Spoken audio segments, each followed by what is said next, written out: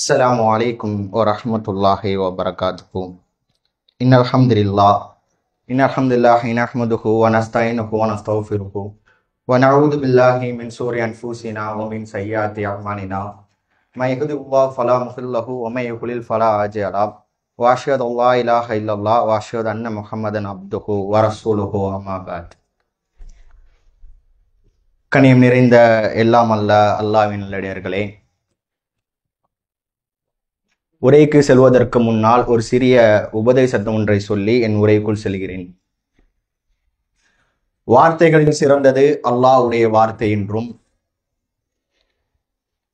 பின்பற்றுதல் மற்றும் வழிகாட்டுதல் சிறந்த மனிதன் முஹம்மது நபிகள் நாயகம் ஸல்லல்லாஹு அலைஹி வஸல்லம் அவர்கள் என்றும், நட்பு கொள்வதில் சிறந்தது தாய் மற்றொருவர் தந்தை என்றும், அமல்களில் சிறந்தது சிறிய அமலாக இருந்தாலும் அதை தொடர்ச்சியாக செய்யக்கூடிய அமல் என்றும் சின்ன ஒரு வாசகத்தை கூறிய வண்ணம் என் உரைக்கு செல்கிறேன்.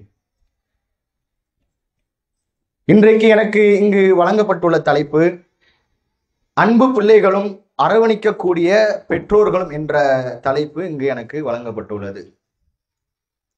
பொதுவாக ஒரு இஸ்லாமியர்கள், ஒரு முஃமின்கள் மார்க்க சொல்லக்கூடிய அடிப்படை விஷயங்கள், தொழுகையா இருக்கட்டும், நோன்பாக இருக்கட்டும், வசதி படைத்தவர்கள் அச்சு செய்யக்கூடிய விஷயங்களாக இருக்கட்டும், தர்மம் போன்ற விஷயங்களாக இருக்கட்டும், அனைவரும் முக்கியத்துவம் கொடுத்து எவ்வளோ ஆர்வமா செய்ய முடியுமோ, எந்த அளவுக்கு இயன்ற வழிக்கு செய்ய முடியுமோ அதை செய்யக்கூடியவராக நம்ம அனைவரும் இருக்கிறோம். தொழுகை எந்த அளவுக்கு நம்மளால் முடிந்த அளவுக்கு கடைபிடிக்க முடியுமோ அந்த அளவுக்கு நம்ம கடைபிடிக்கிறோம். நம்மளுடைய பொருளாதாரத்துக்கு ஏற்ப நம்ம தர்மம் செய்கிறோம். இந்த அளவுக்கு நம்ம இந்த தொழுகைக்கு, நோன்பிற்கு, ஷகாத் மற்றும் ஹஜ் போன்ற அமல்களுக்கு முக்கியத்துவம் கொடுக்கக்கூடிய அளவிற்கு நம்ம இந்த பெற்றோரை பேணக்கூடிய விஷயங்கள், அடிப்படையான ஒரு விஷயங்கள்ல, இஸ்லாம் காற்றித்தட விஷயங்கள்ல இந்த பெற்றோரை பேணக்கூடிய ஒரு அமலும் மார்க்கத்தில் வலியுறுத்தப்பட்டு சொல்லப்படுகின்ற ஒரு அமல் தான். ஏன்னா அல்லாஹ் மனித சமுதாயத்தை படைக்கிறான். அதை இந்த உலகத்திற்கு பிறப்பிற்க செய்யக்கூடிய ஒரு வழி காரணிகளாக தாய் மற்றும் தந்தை என்ன பண்றாங்கன்னா அல்லாஹ் இது பண்றான். அப்படி அல்லாஹ் இந்த தாய் தந்தைகளை எந்த அளவுக்கு முக்கியத்துவம் கொடுக்குறாங்க, அல்லாஹ்வுடைய குர்ஆன் வசனத்துல எந்த அளவுக்கு முக்கியத்துவம் கொடுத்து அதை பேசப்படுது. அதே போல ரசூலுல்லாஹ்வுடைய வாழ்க்கை வரலாற்றுல பெற்றோர் விஷயங்கள்ல, தாய் தந்தை விஷயங்கள்ல எந்த அளவுக்கு முக்கியத்துவம் கொடுத்து ரசூலுல்லாஹ்வுடைய காலத்துல இருந்தாங்க, சகாபாக்கள் இருந்தாங்க என்றுதான் இன்னைக்கு நம்மளுடைய உரையில பார்க்க போறோம். அதுல முதல்ல பாத்தீங்கன்னா அல்லாஹ் சொல்லும் போது 17வது அத்தியாயம் பனு இஸ்ரவேல் என்ற அத்தியாயத்துல ஒகதா ரப்புக அல்லா தஅபுது இல்லா இய்யா, அதாவது இந்த வசனத்துல நீங்க எடுத்துக்கிட்டீங்கன்னா அல்லாஹ்வை தவிர வேறு யாரும் வழங்காதீர்கள், தன்னை வழங்காதீங்க, அதாவது தன்னை தவிர யாரும் வழங்காதீங்கன்னு சொல்லக்கூடிய இடம் எப்படின்னா தன்னை முன்னிலைப்படுத்தக்கூடிய இடம். ஏராளமான வசனங்கள். இதே போல அல்லாஹ் முதல்ல தன்னை வழங்குங்கள் என்று சொல்லக்கூடிய பல இடங்கள்ல பாத்தீங்கன்னா அடுத்தபடியா தொழுங்கன்னு சொல்லல, நோன்பிருங்கன்னு சொல்லல, ஷக்காத் கொடுங்க, ஹஜ் பண்ணுங்கன்னு சொல்லல.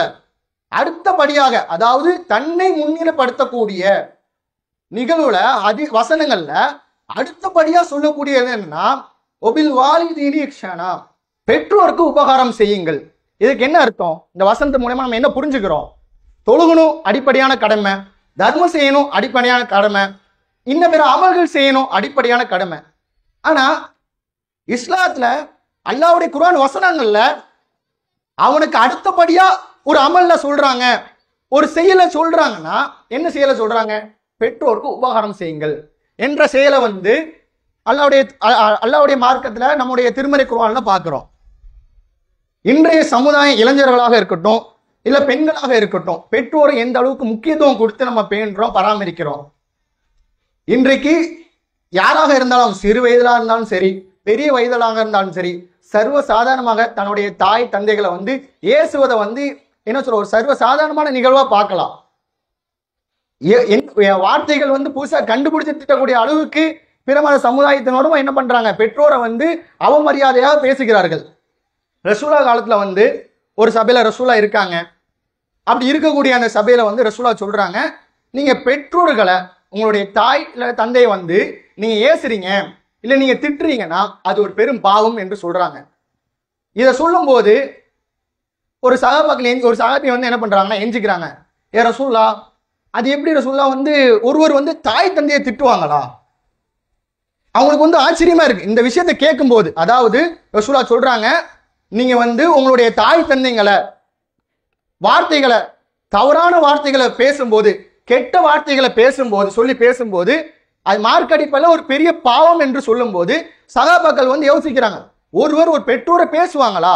அப்போ சகாபாக்கள் வந்து எந்த அளவுக்கு பெற்றோரை வந்து முக்கியத்துவம் கொடுத்து கண்ணியமான வார்த்தைகளை பேசியிருப்பாங்கன்னு சொல்லிட்டு நம்ம பார்க்கணும். அப்போ ரசூலா சொல்றாங்க, அது எப்படின்னா, ஒரு சண்டை நடக்கும்போது என்ன பண்ணுவாங்கன்னா, பொதுவா அவங்களுடைய தாயாரை சொல்லி திட்டுவது, தந்தையார்களை சொல்லி திட்டுவது வந்து பொதுவான வழக்கம். சின்ன வயசுலேயே நம்ம பார்க்கலாம். நம்ம கூட படிக்கிறவங்களா இருந்தால் வந்து என்ன பண்ணுவாங்கன்னா, ஒரு சண்டை வருதுன்னா உடனே தாயை பற்றி பேசுவாங்க, அதாவது வார்த்தைகள், கெட்ட வார்த்தைகளை பேசுவாங்க. அவன் என்ன பண்ணுவான், பதிலுக்கு இவனுடைய தந்தையை பற்றி பேசுவாங்க, இல்லை தாயை பற்றி கெட்ட வார்த்தைகள் போட்டு பேசுவாங்க. இதுக்கு காரணமாக வகி வைக்கிறீங்கல்ல, அதாவது ஒரு வழியாக தானே நீங்கள் இருக்கீங்க, இதுவுமே ஒரு பாவம் தான். அதாவது இது இன்டைரக்டா சொல்றாங்க. ஆனா இன்னைக்கு உள்ள சமுதாயத்துல, அது குறிப்பா இஸ்லாமிய சமுதாயத்துல சர்வ சாதாரணமாக பெற்றோர்களை திட்டக்கூடிய வார்த்தைகளை நம்ம பார்க்கலாம். ஆனா அல்லாஹ் வந்து அதே வசனங்கள், அதே இது தொடர்ச்சியா சொல்லும் போது, உங்களுடைய பெற்றோர்ல வந்து இருவர்ல ஒருவரோ வயதான முதிய ஒரு நிலையை அடைகிறாங்க. பொதுவா இருக்கிறதுலே ரொம்ப கஷ்டமான நிலைகள், மனிதன் அடையக்கூடிய நிலைகள்ல வந்து 2 நிலை சொல்லலாம். ஒன்று குழந்தை பருவம், ரொம்ப பராமரிக்க வேண்டிய ஒரு பருவம். அதே போல பார்த்தீங்கன்னா முதியோர்கள் பருவமும் வந்து குழந்தைகள் போன்றுதான். அவங்க பேசக்கூடிய பேச்சுகள் வந்து நமக்கு வந்து என்ன பண்ணணும்னா, ஒரு சில நேரங்களில் ஒரு கோபத்தை உண்டாக்கும்.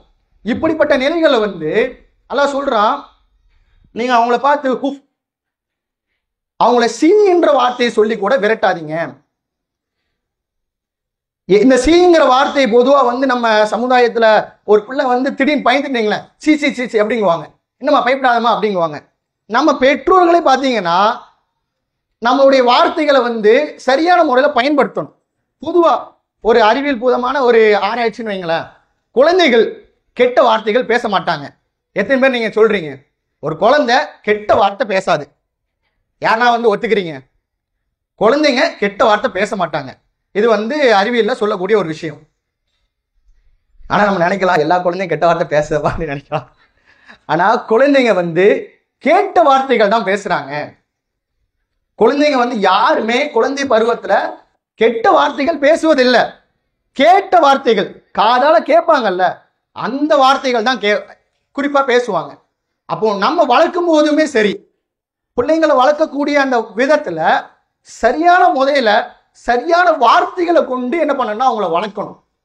உதாரணத்துக்கு இன்னும் சொல்லலாம், ஒரு தப்பு பண்றாங்கன்னா உடனே அந்த தப்பை செஞ்சுட்டு அடிப்பாங்க, திட்டுவாங்க, கோவப்படுத்துவாங்க. ஆனா அந்த இடத்துல நம்ம என்ன செய்யணும்? நியாயமா பார்த்தா, ஒரு பிள்ளைய நம்ம வளர்க்கணும்னா, ஒரு தப்பு செய்யறாங்கன்னா, ஒரு சின்ன குழந்தைக்கு நமக்கு தெரியும் ஏதோ ஒரு விஷயம். இப்போ சக்கரை பாட்டில் இருக்கு, தண்ணி தூக்கி ஊத்திட்டு சக்கரை கெட்டு பேர் ஒன்றும் பண்ண முடியாது. அதுக்காண்டி அதை திட்டுறதோ அடிக்கிறதோ சரியா? அப்படி இல்லைன்னா ஏமாங்க வா, இது நம்ம சக்கரை இது இந்த மாதிரி தான் இருக்கும், இதுல இப்படி பண்ணாதன்னு சொல்லி ஒன் டைம் கோவப்படாம பொறுமையா எடுத்து சொல்லுங்க. எடுத்து சொல்லும் போது அதுக்கு சின்ன வயசுல நம்ம எதை கேட்கிறோமோ அதன் அடிப்படையில தான் அது வளரும். நம்ம கோவப்படாம திட்டாம ரிலாக்ஸா சொல்லும் போது என்ன ஆகும்னா, அதுக்கு நடந்துக்கக்கூடிய முறைகள், அவங்க நண்பர்கள், அதாவது சிறு வயதுல அவங்க நண்பர்கள் கூட பழக்க வழக்கங்கள் எப்படி ஆகும்னா, அதுவும் கோவப்படாது. ஒரு தவறு பார்க்குதா, ஏமாங்கவா இது தப்புமா அப்படின்னு சொல்லக்கூடிய ஒரு பக்குவம் வந்து சின்ன பிள்ளைங்களுக்கு வரும். இது சின்ன பிள்ளைங்கள் வந்து பெற்றோர்கள் வந்து கவனமா நம்ம வளர்க்கக்கூடிய முறையில இது ஒண்ணு. சரிங்களா? இப்ப நம்ம வருவோம், பெரிய ஆட்களா இருக்கட்டும், அதான் முதியோராக இருக்கக்கூடியவங்க வந்து ரொம்ப ஒரு கடினமான ஒரு நிலை தான் இந்த முதியோர்கள் பருவம் பார்க்கக்கூடிய ஒரு நிலை. அது முதியோர்கள் மட்டும் இருந்தாலும் சரி, நம்ம வயசுல இருக்கட்டும், பெரியவங்களா இருக்கட்டும், யாரா இருந்தாலும் சரி, பெற்றோர் உங்களுக்கு இருக்காங்களா, அவங்களுக்கு நீங்க வந்து உதவி செய்யக்கூடியது வந்து ஒரு இஸ்லாத்துல ஒரு அடிப்படை கடமையில ஒரு கடமை.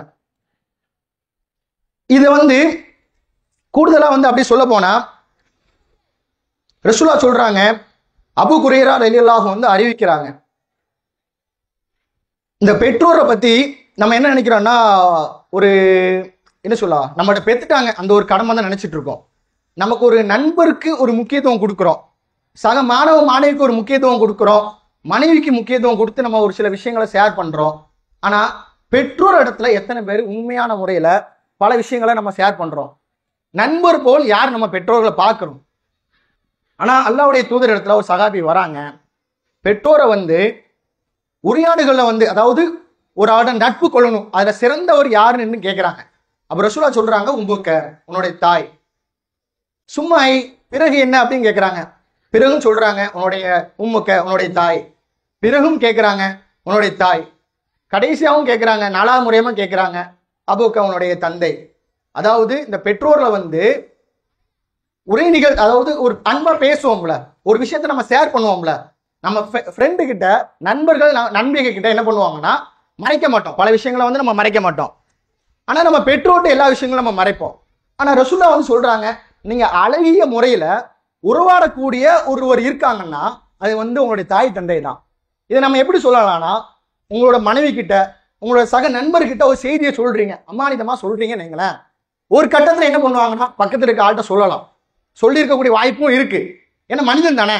ஆனா ஒரு தாய் தந்தை கிட்ட இது என்னுடைய விஷயமா, இது யார்ட்டையும் சொல்லாதீங்கன்னு சொன்னா சொல்லுவாங்களா?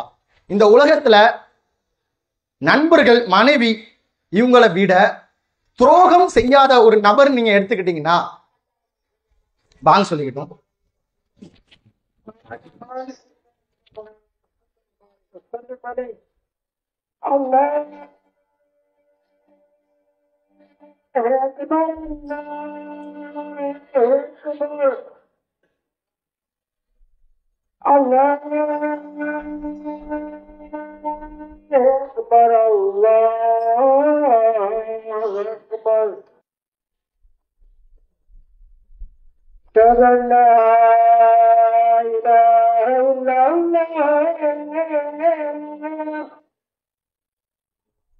أشهد أن لا إله إلا الله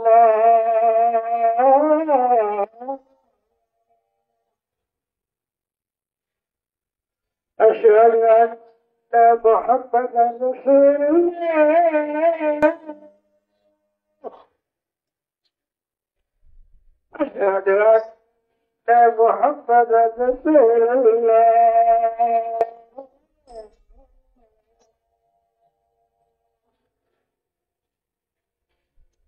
حي على الفلاح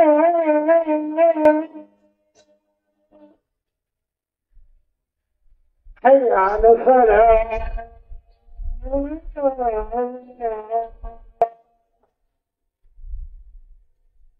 حي على الفلاح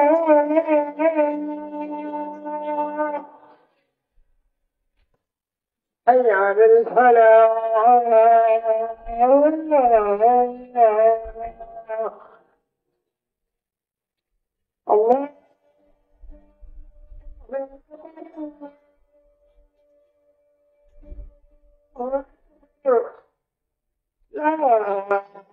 لا إله إلا الله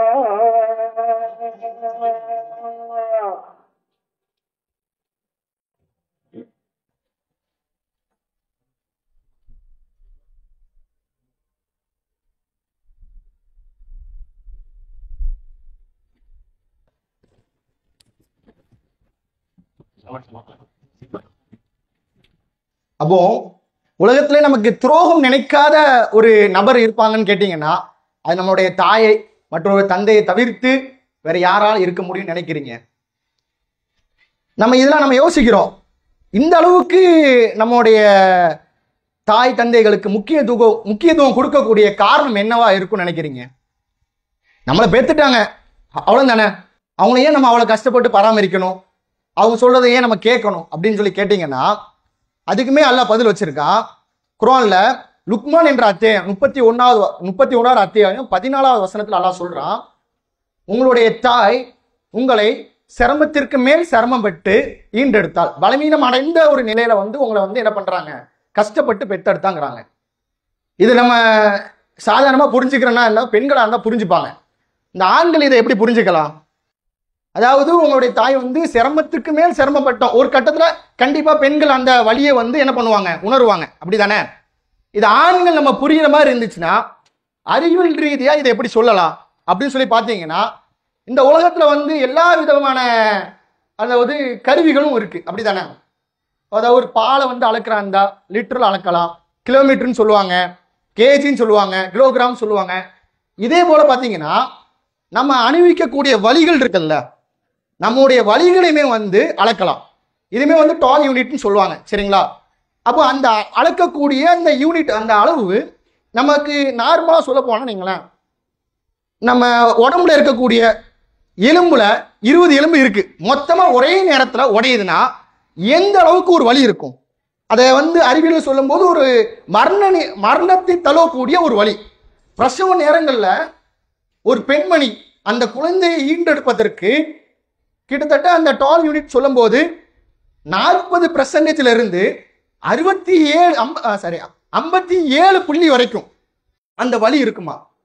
20 எலும்புகளை ஒரே நேரத்தில் உடைக்கிறோன்னா எந்த அளவுக்கு பெயின் இருக்குமோ அந்த பெயின். இதை வந்து குறிப்பாக சொல்ல போனால் ஒரு 20% வந்து என்ன பெயினாக இருக்கும்னு பார்த்தீங்கன்னா, ஒரு 20% இந்த பல்லு வலின்னு சொல்லலாம். 10% வந்து ஒரு பல்லு வலிக்கான ஒரு பெயின். ஒரு உச்சக்கட்ட பல்லு வலி நம்ம அனுபவிக்கிறோம்னா எந்த அளவுக்கு ஒரு வலி இருக்கும் அதை வந்து 10% சொல்லலாம். இந்த வயிற்று புற்றுநோயின்னு சொல்லுவாங்க, அதை வந்து ஒரு என்ன சொல்லலாம் 35% 40% சொல்லலாம். அதுவுமே கடுமையாக வலிக்கும். அந்த வலியிலேயே அவங்க வந்து வேதனையிலேயே அவங்க இறந்து போவாங்க. ஆனால் அதை விட அதிகமாக கிட்டத்தட்ட ஒரு 60% ஒரு மரணிக்கக்கூடிய அந்த வலியை வந்து யாராலுமே தாங்க முடியாது. அல்லாதான் அவங்களுக்கு அதுக்கான அந்த ஒரு ஆற்றலை வந்து ஒரு தைரியத்தை கொடுக்குறாங்க. அப்படிப்பட்ட ஒரு வலியை தாங்கி தான் நம்ம அந்த உலகத்திற்கு ஒரு பெண்மணி நம்மளை பெற்றெடுக்கிறோம். அந்த வலியின் காரணமாக நம்ம எவ்வளவு சிரமப்பட்டாலும் சரி, இன்னொரு பிள்ளை பெக்காம இருக்காங்களா? கிடையாது. நமக்கு ஒரு தம்பியோ தங்கச்சியோ அண்ணனையோ அக்காவையோ பெற்று தரதான் செய்றோம். இதான் தாய். அதை வளர்க்கக்கூடிய பருவங்கள்ல எவ்வளோ துன்பங்கள் மத்தியில நம்மளை வளர்த்தெடுக்கக்கூடியவர் தான் நம்முடைய தந்தை. இதனாலதான் இதன் போன்ற காரணங்களால் தான் அல்லாஹ் தன்னை முன்னிலைப்படுத்தக்கூடிய எல்லா இடங்களிலும் உங்கள் பெற்றோருக்கு உபகாரம் செய்யுங்கள், உதவி செய்யுங்கள் என்று சொல்கிறார்கள். இதுல ஒரு சில விதிவிலக்க நம்ம வந்து பின்பற்றிட்டு இருக்கோம். என்ன விதிவிலக்குன்னு எடுத்துக்கிட்டீங்கன்னா, பொதுவா கல்யாணமான பெண்கள் திருமணத்துக்கு பிறகு தன்னுடைய புகுந்த வீட்டுக்கு செய்யக்கூடிய வேலையை கூட தான் வீட்டுக்கு செய்யறதில்லை. இது வந்து பொதுவா நம்ம இந்த குறிப்பு எடுக்கும் போது ஒரு சில ஆலோசனை கேட்டோம்.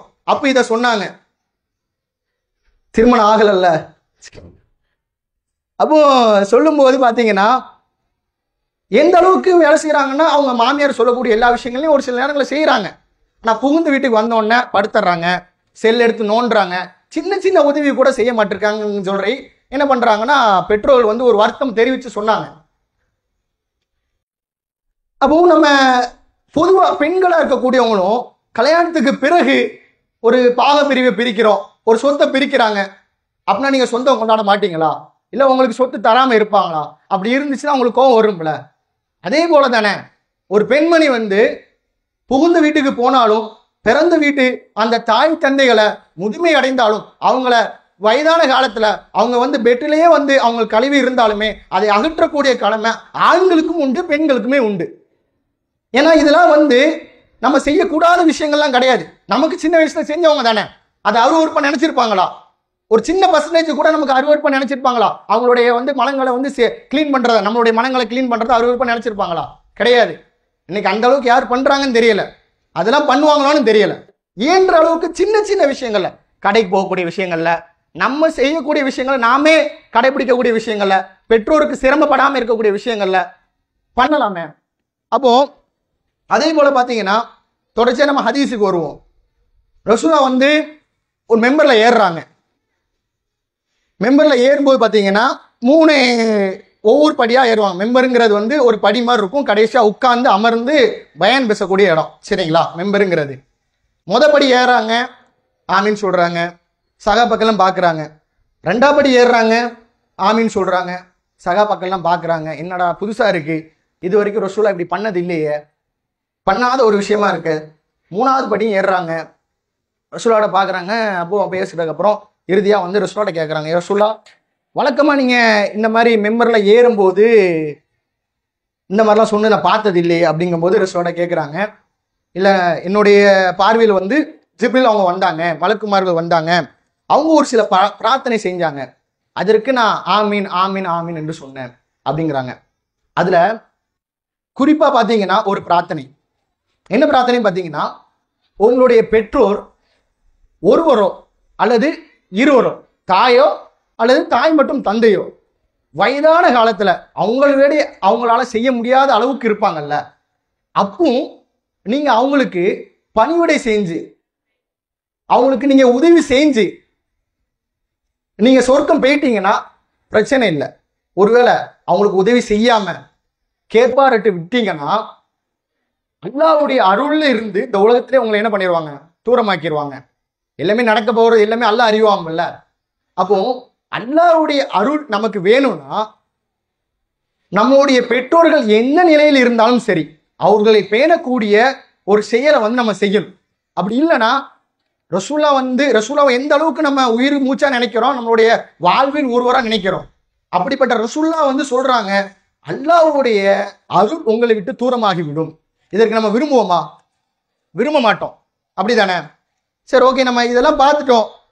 இப்போ நம்ம இந்த பெற்றோர்களை பேண்றது மூலியமா நமக்கு கிடைக்கக்கூடிய நன்மைகள் என்ன? உலகத்திலையும் பார்ப்போம், மறுமையிலையும் பார்ப்போம் என்னென்ன நன்மைகள்லாம் இருக்குங்கிறத. பொதுவாக நம்ம எது செஞ்சாலும் நன்மை என்ன அப்படிங்கிற மாதிரி தான். ஒரு வேலை செஞ்சா கூலி எதிர்பார்ப்போம், ஒரு உதவி செஞ்சா பிறர் உதவி செய்யணும்னு நினைப்போம். இந்த மாதிரி நம்ம எதிர்பார்க்கறது தப்பு இல்லைல்ல. அப்போ பெற்றோருக்கு நம்ம உபகாரம் செய்யறோம், உதவி செய்யறோம். அப்படி செய்யறது மூலியமா நமக்கு கிடைக்கக்கூடிய நன்மைகள் என்ன அப்படிங்கிறத நம்ம என்ன பண்ண போறோம்னா பார்க்க போறோம். முதல் விஷயம், இந்த ஹதீஸை பார்த்தீங்கன்னா முஸ்லீம்ல வரக்கூடிய 4991 அத்தியாயம் பெற்றோர்கள் என்று வரக்கூடிய அந்த டாபிக்ல வருது. அப்துல்லா இப்னு உமர் ரலியல்லாஹு அன்ஹு அவர்கள் அறிவிக்கிறாங்க, அல்லாஹ்வுடைய தூதர் ஸல்லல்லாஹு அலைஹி வஸல்லம் அவர்கள் சொல்றாங்க, நல்லறங்களின் மிகவும் சிறந்தது, சரிங்களா, ஒரு செயல், அதுல ஒரு மிகவும் சிறந்த செயல் அப்படின்னு சொல்லிட்டு ஒன்னு சொல்றாங்க. ஒருவர் மனிதர் தம் தந்தை மரணித்த பின் அவருடைய நட்பு கூறியவர்களிடத்துல நல்லுறவு பாராட்டுவதாகும். அதாவது இது ஹதீஸ் என்ன சொல்ல வருதுன்னா, உங்களுடைய தந்தை இருக்காங்க, உங்களுடைய தந்தை இறந்துட்டாங்க, இறந்ததுக்கு பிறகு அந்த மகன் தந்தைக்கு நெருக்கமா இருந்திருப்பாங்கல்ல, பல இக்கட்டான சூழ்நிலைகளை உதவி செஞ்சிருப்பாங்க. ஒரு நண்பர்ல ஒரு சிறந்த நண்பரா ஒருவர் இருப்பாங்க, இல்லை இருவர் இருப்பாங்க. அப்படிப்பட்ட அந்த ஒருவரோ இருவரோ இருக்கும் பட்சத்துல தந்தை மரணித்த பிறகு அந்த மகன் அந்த நண்பர்களோடு நல்ல ஒரு உறவை, ஒரு நட்பை வளர்த்து கொள்றான் அப்படின்னா அது சிறந்த செயலா பார்க்கப்படுது. மார்க் அடிப்படையில அல்லாஹ்வுடைய பார்வையில உங்க தந்தை இறந்த பிறகு தந்தையோட நண்பர்களை நீங்க உறவு கொள்றீங்க, ஒரு நட்பு கொள்றீங்க அப்படின்னா அல்லாஹ்வுடைய இடத்துல அது எப்படி பார்க்கப்படுதுன்னா ஒரு சிறந்த செயலாகவும் வரும். இன்னொரு ஹதீஸ் வரும், நல்ல செயல் அமலாகவும் இதை பார்க்கப்படுது. அப்போ நம்மளுடைய தந்தை இடத்துல நம்ம அன்புக்குரியவராக நடக்கக்கூடிய ஒரு நடந்தா எந்த அளவுக்கு அல்லாஹ் பார்க்கிறான். இன்னைக்கு பொதுவா உம்மா கிட்ட பேசக்கூடிய அளவு கூட பொதுவா ஆண்களோ பெண்களோ வாப்பா கிட்ட பேசுறாங்கன்னு கேட்டா கிடையாது. வாப்பா கிட்ட ரொம்ப கம்மியா தான் பேசுவாங்க. ஏன்னா ஆரம்ப காலத்துல இருந்தே அவர் வளர்க்கும் போது பாத்தீங்கன்னா அடிச்சு திட்டி எது செஞ்சாலும் ஏதாவது ஒரு குறை சொல்லிக்கிட்டு அப்படிதான் இருக்கும். பொதுவா பாத்தீங்கன்னா வாப்பனாலே அப்படிதான், என்ன செஞ்சாலும் அதை அப்படி செய்யாத, இப்படி செய்யாத, இப்படி பண்ணு அப்படி பண்ணுன்னு சொல்லக்கூடிய அட்வைஸ் பண்ணக்கூடிய ஒருவராக தான் இருப்பாங்க. ஆனா உண்மைக்கு நீங்க சொல்லி பாத்தீங்கன்னா, அதாவது நீங்க அவங்க சொல்றத பாத்தீங்கன்னா அவங்களுடைய நலனுக்காக சொல்லி பாருங்க, அவங்களுடைய நலனுக்கு இருக்கவே இருக்காது. வாப்பா சொல்லக்கூடிய எல்லாமே பாத்தீங்கன்னா அவங்களுடைய நலனுக்காக இருக்கவே இருக்காது. நீ அப்பா என் பிள்ளை, நீ இந்த தப்பான வழியில பேரக்கூடாது, இந்த விஷயத்தை தெரிஞ்சு நீ இப்படி மாட்டிருக்க கூடாது அப்படிங்கிற மாதிரிதான் அவங்களுடைய தந்தை என்ன பண்ணுவாங்க, ஒரு பிள்ளைக்கு உபதேசம் செய்வாங்க. இத நம்ம தந்தையோட நல்ல ஒரு அன்போட அரவணைச்சு இருக்கோம்னா எந்த அளவுக்கு அல்லாஹ் இடத்துல ஒரு நல்ல அமலாகும். நல்ல சொற்களை பேசுறதே ஒரு தர்மங்கிறாங்க. அப்போ அதே நம்ம தந்தை இடத்துல பேசினா, தாய் இடத்துல பேசினா மிகவும் அல்லாஹ்வுக்கு விருப்பத்துக்குரிய ஒரு செயலா இருக்குமா இல்லையா? அப்போ தொடர்ச்சியா பார்ப்போம். இது உலகத்துல கிடைக்கக்கூடிய அல்லாஹ் இடத்துல நீங்க உங்க தந்தைகிட்டயோ இல்ல உங்க தந்தையோட இறந்ததுக்கு அப்புறம் அவருடைய நண்பர்களிடத்துல நட்பு பாராட்டுவது மூலயமா அல்லாஹ் இடத்துல நீங்க சிறந்தவரா ஆகுறீங்க, சிறந்த செயலா ஆகுதுங்கன்னு அர்த்தம். சரி, அடுத்து வாங்க.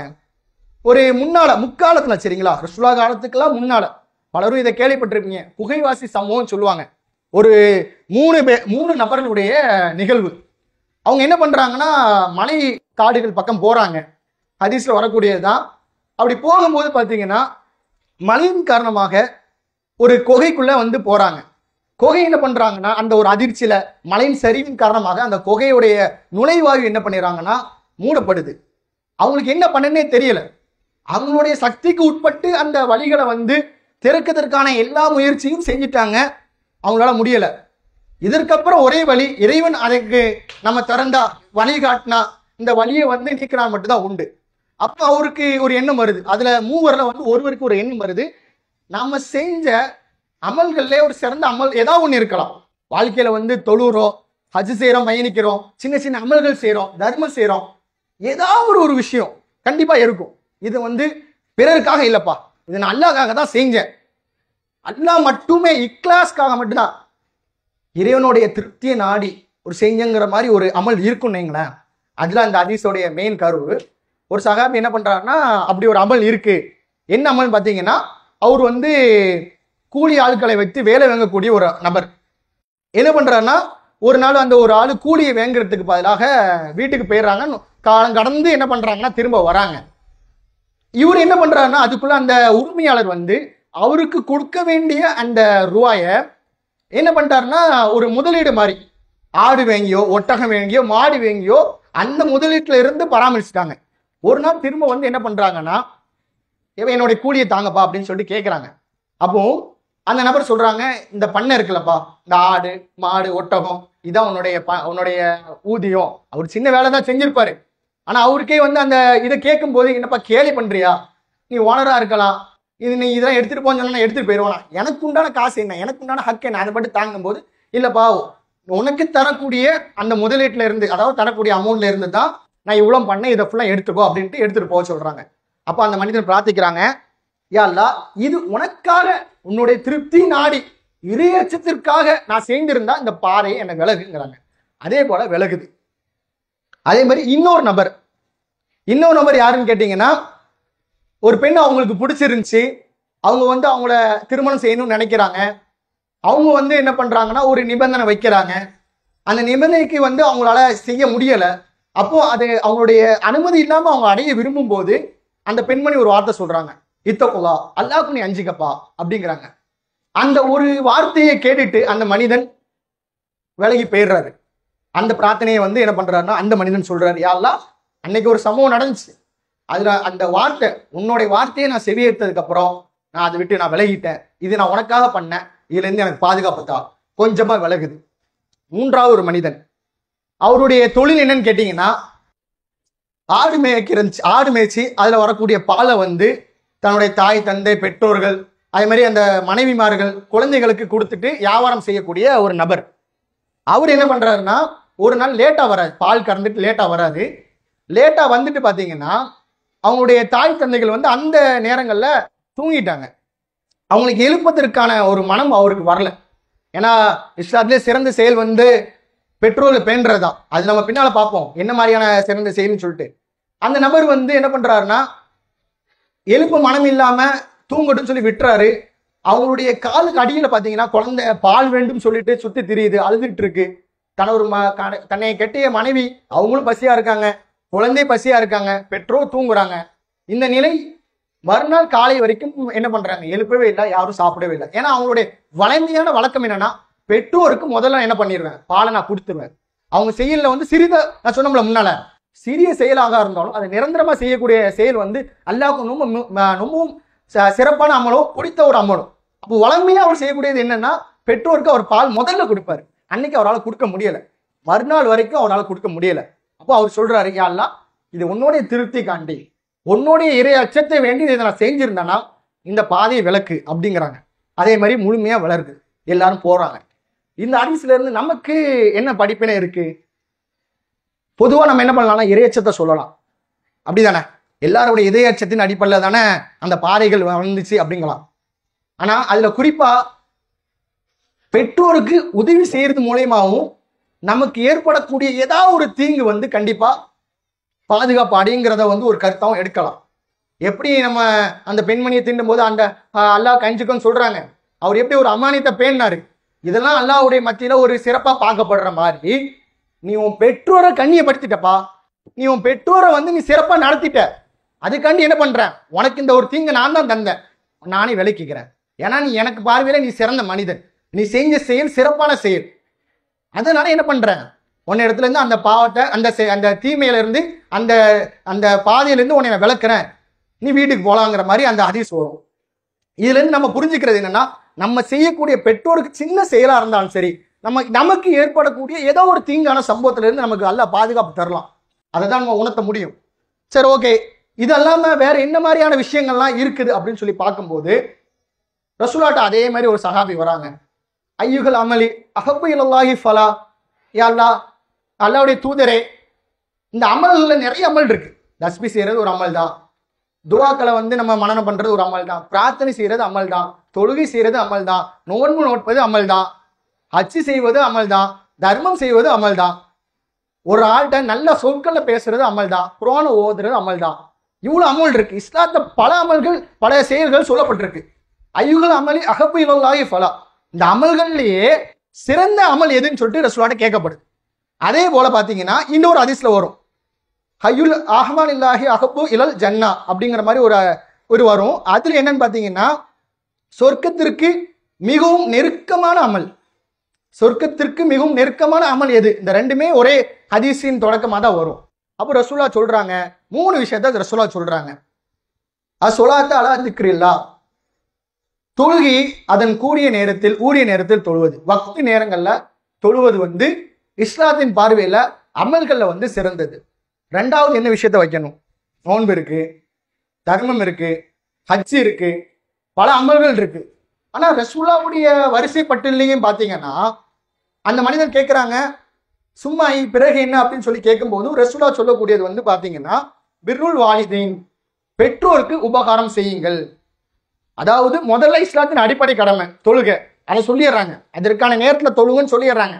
அதுக்கப்புறம் சொல்றது பாத்தீங்கன்னா, ரசூலுல்லாஹ்ட்ட அந்த மனிதன் கேட்கும்போது பிர்ருல் வாலிதைன், அல்லாஹ்வுடையத்துல சிறந்த செயலான பெற்றோருக்கு உபகாரம் செய்யக்கூடிய செயலை சொல்றாங்க. மூணாவது சொல்றாங்க, சும்மா பிறகு என்னன்னு சொல்லி கேட்கிறாங்க. அவர் இருத்தல மாதிரி தெரியல, அவர் கேட்டுட்டே இருக்காரு. ரசூலுல்லாஹ் மூணாவது சொல்றாங்க, ஜிகாது ஃபி சபீரில்லாஹ், அல்லாஹ்வின் பாதையில் அறப்போர் புரிதல், அல்லாஹ்வுடைய பாதையில் போர் புரிந்து தியாகம் செய்வாங்கல்ல, அவங்களுக்கு முதல் படி. ஒருவர் இஸ்லாத்துல பாத்தீங்கன்னா கடன் இல்லாத பட்சத்துல போருக்கு சென்று அவர் மரணிச்சு விட்டாருன்னு எடுத்துக்கிட்டீங்கன்னா அவருக்கு சொர்க்கம், நிச்சயமான சொர்க்கம், எந்த கேள்விகளுக்குமே கிடையாது. அப்படித்தானே? ஒரு போருக்கு போறாரு, மரணிக்கிறாரு, கடன் நேரம் இல்லைன்னா அவருக்கு சொர்க்கம். ஆனா அதற்கு ரசூலுல்லாஹ் முதல் படியாக, அதற்கு முன்பதாகவே எதை சொல்லிட்டாங்க, நீங்கள் பெற்றோருக்கு உபகாரம் செய்யுங்கப்பா. அப்படி நீங்க உபகாரம் செய்யறது மூலியமா தான் உங்களுக்கு என்ன இருக்கு, சொர்க்கம் கிடைக்கும். அமல்கள்ல சிறந்த ஒரு அமலு, அல்லாஹ்வுக்கு ரொம்ப பிடித்தமான ஒரு அமலு எதுன்னு கேட்டீங்கன்னா பெற்றோரை பேணுதான். இன்றைக்கு நம்ம பல பேருடைய அதாவது பிடிக்கக்கூடிய செயல், விரும்பக்கூடிய செயல். இப்ப என் நண்பன் இருக்கான், என் நண்பனுக்கு எப்படியெல்லாம் நான் நடந்துக்கிட்டா பிடிக்கும், என் மனைவி இருக்காங்க, எப்படியெல்லாம் நான் நடந்துக்கிட்டா பிடிக்கும், என்னுடைய ஆசிரியர் இருக்காங்க, நான் ஆசிரியர் இடத்துல நல்ல பேர் வாங்குறான்டா, என்ன மாதிரியான விஷயங்கள்லாம் செஞ்சா நல்ல பேர் வாங்கலாங்கிற மாதிரி அல்லாஹ்வுடைய அந்த மாதிரி என்ன பண்றாங்க, அமல்களே சிறந்த அமல், அல்லாஹ்வுக்கு விருப்பமான அமல் எதுன்னு சொல்லி கேட்கும்போது அல்லாஹ்வுடைய தூதர் சொல்லக்கூடிய விதம் பெற்றோர்கள் பேணுதல் அப்படிங்கிறத நம்ம பார்க்கலாம். அப்போ பெற்றோர்கள் பேணுறது சம்பந்தமா இவ்வளவு முக்கியத்துவம் கொடுக்குறாங்க. எந்த அளவுக்குன்னா, நமக்கு தொழுகை, அதில் அடுத்தபடியாக பெற்றோர் பேணுதல், நிச்சயமா நம்ம சொர்க்கம் செல்லக்கூடிய ஒரு அமலாகவும் இது மாறுது. இன்றைய கால சூழ்நிலையில பெற்றோர்கள் விஷயத்துல நம்ம பேணக்கூடிய விஷயங்கள்ல பாத்தீங்கன்னா, இடையில ஒரு சம்பவம், பைக்கு, அவனுடைய பைக்கு பாத்தீங்கன்னா அவனுடைய பொருளாதாரம் ரொம்ப பின்தங்கிய நிலை தான். நம்ம மேலப்பாளத்தில் நடந்த ஒரு நிகழ்வு தான். ரொம்ப பின்தங்கிய ஒரு நிலையில உள்ள குடும்பத்தை சார்ந்தவர் தான். வண்டியை கேட்கிறாரு, பைக்கு கேட்கிறாங்க, அவங்களுக்கு விருப்பமே இல்லை. அது கேட்கறது பாத்தீங்கன்னா 1.5 லட்சம் ரூபாய்க்கு மேல உள்ள வண்டி, ரேஸ் வண்டி தான். அவங்களும் பொருளாதாரத்தில் ரொம்ப பின்தங்கிய நிலை தான். அந்த பையன் என்ன பண்றாருன்னா, அதற்காக வேண்டி, அதாவது ஒரு அடிப்படை இஸ்லாத்தினுடைய அடிப்படை விஷயம் கூட இல்லாம பெற்றோர்கிட்ட எரிந்து விழுந்ததும், பெற்றோருடைய என்ன சொல்லலாம், அவங்க மறுத்தும் இவன் கேட்காம அதை வேங்குறதும், அதற்காக தற்கொலை முயற்சியும் செய்ததும், ஒரு அடிப்படை விஷயங்கள் இல்லாம நடந்து கொண்ட விளைவாக பைக் வாங்கி ஒரு சிறு காலங்களுக்கு இடையே என்ன பண்றாருன்னா விபத்துல மரணிக்கிறாரு. அவங்க வீட்டில் அவங்க வாப்பா சொல்லக்கூடிய விஷயம் என்னன்னா, எப்பா இதை நான் எடுத்து தந்துட்டேன்னா ஏதாவது வகையில இது கண்டிப்பா ஒரு விபத்து ஆகும். ஏன்னா அந்த பைக் அப்படிதான். அந்த பைக் எடுத்த பெரும்பான்மையான மக்கள் வந்து என்ன பண்றாங்கன்னா விபத்துல தான் இறந்து போறாங்க. அல்ல காப்பாற்றணும். அப்போ இன்னைக்கு பெற்றோர்கள் வந்து குழந்தைகள் அடம் பிடிக்கிறாங்கிறதுக்காக வேண்டி அவங்க எடுத்து கொடுத்துட்றாங்க. குழந்தைகள் பார்த்தீங்கன்னா பெற்றோரை வற்புறுத்தியாவது கஷ்டப்படுத்தியாவது அவங்கள இயலாட்டாலும் சரி அவங்கள வந்து என்ன பண்ணணும், கண்டிப்பாக அதை நம்ம நிறைவேற்றுன்னு சொல்லி நினைக்கிறோம். அது மார்க் அடிப்படையில் எப்படி நம்ம தொழாமல் இருந்தால் தீமையோ, நோன்பு இல்லாமல் இருந்தால் நமக்கு எப்படி ஒரு தீமையோ, அமல்கள் எதுவுமே செய்யாமல் இருந்தால் எப்படி ஒரு தீமையோ, நீங்கள் பெற்றோர் இடத்துல நல்ல முறையில் நடக்காமல் இருந்தாலும் அதே போல குற்றம் பிடிக்கப்படும். நம்ம தொழலானா தீமைன்னு தெரியும் புரிஞ்சு வச்சுக்கிறோம். எத்தனையோ வீட்டில் சொல்லுவாங்க, எப்பா நீ தொலை போப்பா, இல்லைன்னா நல்லா கண்டிப்பாம்பா, கர்மம் செய்யலானா தப்புன்னு சொல்லி நம்ம புரிஞ்சு வச்சுக்கிறோம். பெற்றோர்களை பேணவில்லை என்றால் அதுவும் தீமையில் எழுதப்பட வேண்டும் சொல்லிட்டு எத்தனை பேர் அதை நம்ம உள்ளார்ந்து இரையச்சத்தோட புரிஞ்சு வச்சுக்கிறோம். பெற்றோர்கள் விஷயங்கள்ல நம்ம தவறா கெட்ட வார்த்தைகளை பேசினாலும் சரி, அவங்களோட அதிகாரபூர்வமாகவும் நம்ம அவங்களுக்கு குரலுக்கு மேல ஒரு அகற்ற மாதிரி பேசினாலும் சரி, அவங்கள முதுமையான காலங்கள்ல பராமரிக்காம விட்டாலும் சரி, இது எல்லாமே ஒரு தீமை என்று ஒரு அடிப்படையின் கீழே தான் சொர்க்கம் நமக்கு இதன் மூலியமாக தடைபெறும் என்ற ஒரு ஹதீஸு மூலம் புரிஞ்சுக்க கூட ஒரு விஷயமாக தான் நம்ம பார்க்கிறோம். இறுதியாக முன்னாலே நம்ம இடையில சொல்லியிருப்போம், இதெல்லாம் நம்ம பெற்றோர்கள் வந்து பிள்ளைகளுக்கு வந்து பெற்றோர்கள் செய்ய வேண்டிய கடமைகள். இதில் நம்ம ஒரு முன்னால உள்ள ஒரு கதை, அது ஒரு வருது. முன்னால சொன்ன விஷயம் நம்ம நாடு இல்லை, சைனீஸ் அந்த சீனா போட பகுதியில் வந்து பார்த்தீங்கன்னா ஆரம்ப காலங்களில் ஒரு விஷயங்களை ஃபாலோ பண்ணுவாங்க. என்னன்னு பார்த்தீங்கன்னா, நம்ம இப்போ உள்ள உலகத்தில் ஒரு பெற்றோரை வந்து முதியமை அடைந்த நிலையில எங்கே கொண்டு விடுவோம்னா, முதியோர்கள் ஆதரவு இல்லம் அப்படிங்கிற மாதிரி ஒரு இல்லம் வச்சிருக்காங்க, அங்கே கொண்டு விட்டுருவோம். ஆனால் ஆரம்ப காலகட்டம், அதாவது ரொம்ப முக்காலம், அப்படிப்பட்ட காலகட்டத்தில் என்ன பண்ணுவாங்கன்னா, சைனா போன்ற நாடுகளில் அவங்களுடைய பெற்றோர்கள் தாயோ தந்தையோ முதுமை அடைந்து விட்டாங்கன்னா அவங்கள முதுகுல சுமந்துட்டு ஒரு காடுல இருந்து ஒரு மலைப்பகுதி உச்சி இருக்கும், அதில் ஏறி போவாங்க. ஏறி போயிட்டே இருப்பாங்க. அந்த பெற்றோருக்கு வந்து அவங்கள முதுமை அடைஞ்சிருக்காங்க, பையன் என்ன பண்ண போறான்னு தெரியும். தெரிஞ்சு அவங்களும் ஏறுவாங்க. அது ஒரு வழக்கமான உள்ள ஒரு செயலாக அங்கே பார்க்கப்பட்டுச்சு ஆரம்ப காலத்தில். சரிங்களா, அறியாமை காலகட்டம் கூட சொல்லலாம். அப்போ அந்த பெற்றோர் வந்து என்ன பண்ணுவாங்கன்னா, ஒரு காடை தாண்டி ஒரு மலை உச்சிக்கு தான் அவங்க போய் ஆகணும். அந்த பெற்றோரை சுமந்துக்கிட்டே போவாங்க. பையன் போகிற வழியில ஃபுல்லாமே இந்த பெற்றோர் என்ன பண்ணுவாங்கன்னா, அந்த தாயோ தந்தையோ மரங்கிளைங்களை வந்து உடச்சிட்டே போவாங்க. ஒரு குறிப்பிட்ட இடைவெளிக்கு கேப்பில் மரக்கிளைகள் இருக்கும்ல, அதை உடச்சி விட்டே போவாங்க. மலைக்கு உச்சியில் கொண்டு போய் என்ன பண்ணுவாங்கன்னு பார்த்தீங்கன்னா விட்டுட்டு வந்துடுவாங்க. இன்னைக்கு எப்படி நம்ம முதியோர்களை வந்து ஆதரவு இல்லத்தில் கொண்டு விடுறோமோ, அக்காலங்களில் பார்த்தீங்கன்னா மலை உச்சியில் போட்டு வந்துடுவாங்க. அவங்க அது மூலியமாகவே மரணிப்பாங்க. ஆனால் போகிற வழியில் ஒரு ஆள் கேட்குறாங்க. என்ன கேட்குறாங்கன்னு பார்த்தீங்கன்னா, எப்போ நான் உனக்கு ஒன்று விட போகிறேன், உனக்கு ஒன்று அணையாதையை தான் போட போகிறேன், வர வழியில் என்ன பண்ணுன்னு சொல்லிட்டு அந்த தாயிட்ட கேட்குறாங்க. நான் கிளையெல்லாம் உடச்சி விட்டு வந்திய எதுக்காகன்னு சொல்லிட்டு அந்த மகன் கேட்கும்போது அவங்க சொல்கிறாங்க, எப்படி நம்ம காலையிலேருந்து போகிறோம், மலை உச்சிக்கு போகிறேன், திரும்பி வரும்போது எப்படி இருட்டிடும், இல்லை ஏதாவது ஒரு சாயங்கால நேரம்னாலும் வழி தெரியணும்ல, நீ நேராக வந்த வழியை பார்த்து வீட்டுக்கு போகணும்ல, அப்போ கிளை உடச்சி இருக்கும்ல, அந்த வழியாக அப்போ நீ வீட்டுக்கு போயிடலாம் அப்படிங்கிற மாதிரி அந்த தாய் சொல்கிறாங்க. அப்போ இது சும்மா ஒரு படிப்பினை தான். ஒரு தாய் வந்து ஒரு பையன் நம்மளை மரணிக்கக்கூடிய ஒரு செயலை தான் செய்ய போறாங்கன்னு தெரிஞ்சுமே அந்த தாய் என்ன பண்றாங்கன்னா, தாயோட மனசு அப்படிதான் இருக்கும்.